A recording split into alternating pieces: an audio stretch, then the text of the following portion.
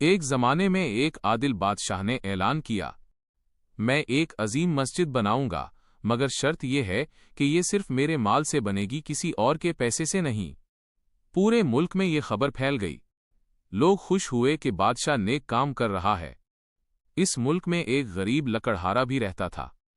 وہ سارا دن جنگل میں لکڑیاں کاٹتا، بیچتا اور بمشکل 2 وقت کی روٹی کماتا۔ جب اس نے یہ اعلان سنا تو اس کے دل میں محبت الہی اور نیک نیت جاگ اٹھی۔ اس نے سوچا، یا اللہ، میں تو غریب ہوں، لیکن تیرے گھر کی تعمیر میں میرا بھی حصہ ہونا چاہیے۔ اس نے ایک دن کی مزدوری سے 1 روپیہ بچایا اور بادشاہ کے دربار میں حاضر ہوا۔ عاجزی سے عرض کیا، حضور، یہ 1 روپیہ میرا ہے، اس سے لکڑی بیچ کر کمایا ہے۔ میں چاہتا ہوں کہ یہ بھی مسجد کے خرچ میں شامل ہو جائے۔ بادشاہ نے مسکرا کر کہا، میں نے کہا تھا کہ مسجد صرف میرے مال سے بنے گی، کسی اور کی نہیں۔ تمہارا روپیہ نہیں چاہیے۔ غریب آدمی دل برداشتہ ہوا، لیکن خاموشی سے بولا، ٹھیک ہے بادشاہ سلامت، اگر آپ اجازت نہیں دیتے تو میں دعا کروں گا کہ اللہ میری نیت قبول کر لے۔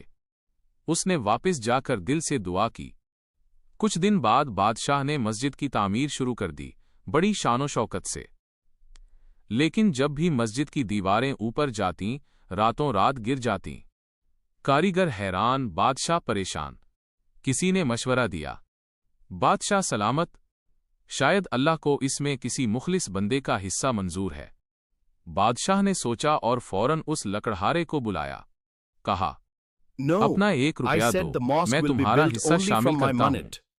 لکڑہارے نے خوشی خوشی وہ 1 روپیہ دے دیا۔ جس دن وہ روپیہ شامل کیا گیا، اسی دن سے مسجد کی دیواریں مضبوط ہونے لگیں، مسجد بن کر تیار ہوئی اور صدیوں تک قائم رہی۔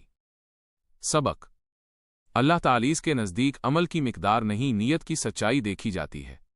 بادشاہ کے خزانے میں لاکھوں تھے، مگر اللہ کو اس لکڑہارے کی خالص نیت پسند آ گئی، اسی کی بدولت مسجد مکمل ہوئی۔